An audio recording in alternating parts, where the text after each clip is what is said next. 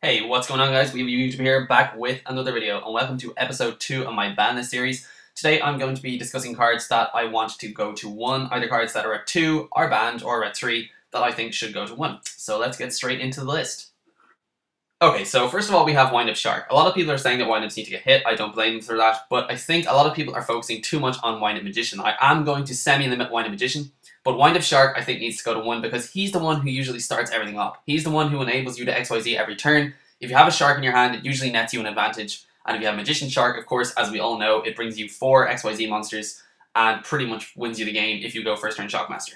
So, Wind Up Shark going to 1 would slow the deck down significantly, but as I hold to be true all the time, Konami never kill a deck. They would only slow it down to the extent where the player would have to be more creative if they wanted to keep the deck competitive.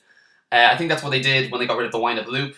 Although they kept Magician at 3 and Shark at 3, people had to switch to the Magician Shark play, and now, if they don't want to kill the deck off completely, they will put Shark at 1, and at least then Magician will still be at 3, or still be at 2, or whatever. Rabbit will still be at 3, and Rat will still be at 3, meaning the deck will still be viable. People might start tossing in Wind Up Hunters again, they might try out some of the other Wind Ups like Wind Up Soldier, and the deck could still be a viable deck. But in my opinion, it's Shark that has always been the issue. It's that free special summon that allows you to go off and pluses and crazy plays, and I think that he's the one who actually needs to go to 1 and not Wind Up Magician. Okay, so Wind Up Factory is the next card. In combination with Shark, Wind Up Factory is equally as ridiculous. The fact that Black Whirlwind is limited and Wind Up Factory is at 3 has always confused me, and it is definitely the reason, one of the reasons at least, why I've put it on this list. So, if you're going for your Magician Shark loop or your Magician Shark special summon spam crazy play, and you have Wind Up Factory in your hand as well, you're pretty much going to net even more pluses. You'll more than likely add a Wind Up Shark or a Wind Up Rat to your hand, depending on how cautious you're being. But it pretty much enables you to net crazy amounts of pluses. Also, times the number of Wind Up Factories you have in your hand, you can net that many pluses if you have a Wind Up Rabbit in your hand. So you can just summon the Wind Up Rabbit, activate its effect, get a Magician and a Shark to your hand, set 3 back row and say, come at me bro, you know, you're pretty much going to win the duel. Or at least you're going to be in a very good position.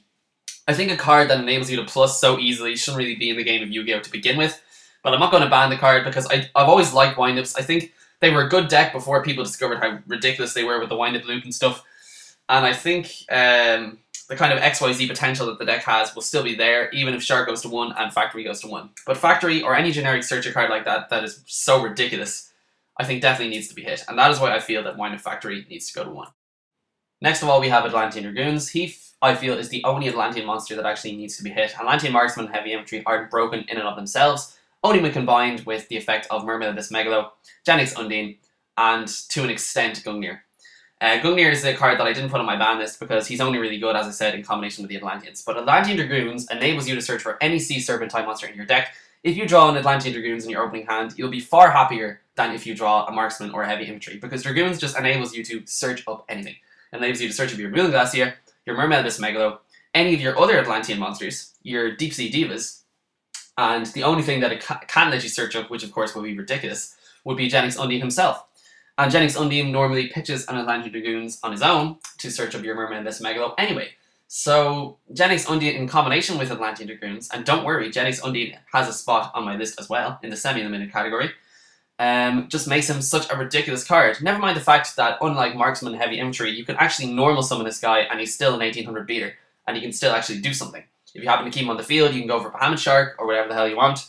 You can summon Controller, you can sync for Gungnir, you can do all sorts of crazy things. But having a generic searcher card, sort of following a theme, as with the likes of Wind Up Factory, in the deck at 3, that you can discard pretty much freely whenever the hell you want, is ridiculous. And that's why I feel Dragoons needs to go to 1.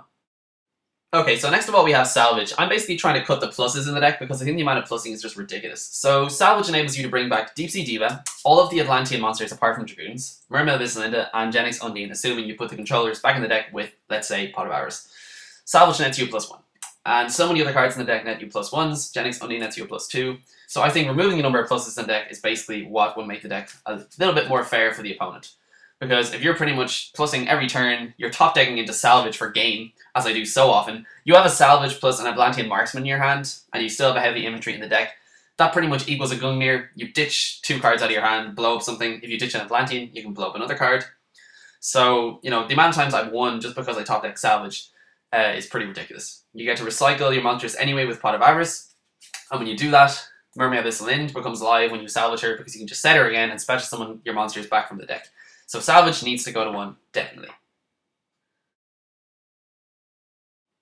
Next of all, we have Tour Guide from the Underworld. Now, there's a few decks that this is particularly useful in. They put it to 2 simply because they wanted to reduce the probability of you drawing into the card first turn.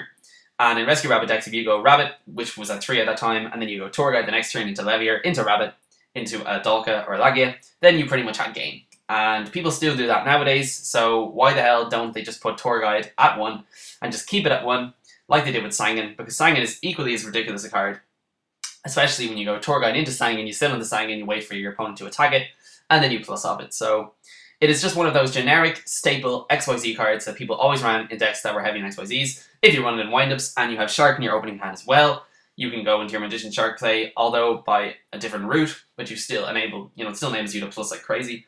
So if you put Tour Guide at 1, it wouldn't exactly kill the engine completely. People replaced the 3rd Tour Guide originally with a Night Assailant, and in this case, you could keep the Night Assailant and the Sangan in your deck, and you would just have the 1 copy of Tour Guide from the Underworld. Today, some people still just run 2 Tour Guides and a Sangan. In fact, I did that in my windup deck in the Irish Open. So putting Tour Guide at 1 wouldn't kill the engine completely, but it would again reduce its consistency, and it is still extremely splashable in a lot of decks. And it is for that reason that I feel that Tour Guide from the Underworld should go to 1 and should stay at 1. Next of all, we have Glow Bulb, and this is one of the 2 cards that I'm going to take off the ban list that Konami put on quite a while ago. So this was during the era of 3 Reborn Tengus, 3 Tech Gems Hyper Librarians, and 3 Formula Synchrons. It pretty much, in Japan at least, enabled you to synchro like crazy, and to plus like crazy as well. And putting him back at 1 wouldn't really hurt the game all that much. He's kind of one of those splashable tuner cards that people can pretty much toss in anywhere. You can mill, special summon from the graveyard, and synchro for another monster. But as I said, with Formula Synchron not being nearly as prevalent as it used to be, and with shooting Quasar Dragon not even legal yet, we can't really make the full use out of Glow Bulb. So the way I see it, if they leave Dandelion alone and don't put Dandelion back to 2 or Debris Dragon back to 3, if they put Lone Fire Blossom back to 2 to an extent, it would make Glow Bulb pretty ridiculous. But if they don't, and they just bring him back as a standalone card, I don't think he would pose too much of a threat to the metagame as a whole. Next of all, we have Sinister Serpent, and the way I see it, putting a card like this at 1 wouldn't really hurt the game all that much, because it was originally banned for a completely different reason than it would be banned now.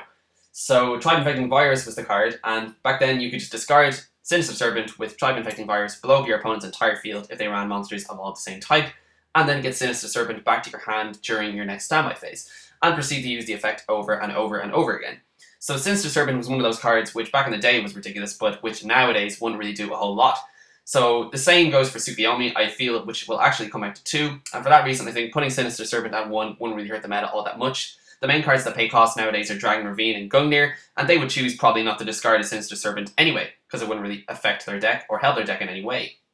So finally we have Macrocosmos, and with the release of Fire Kings on the horizon, Konami, at least the last thing that Konami wants is for another format to be dominated by Macrocosmos.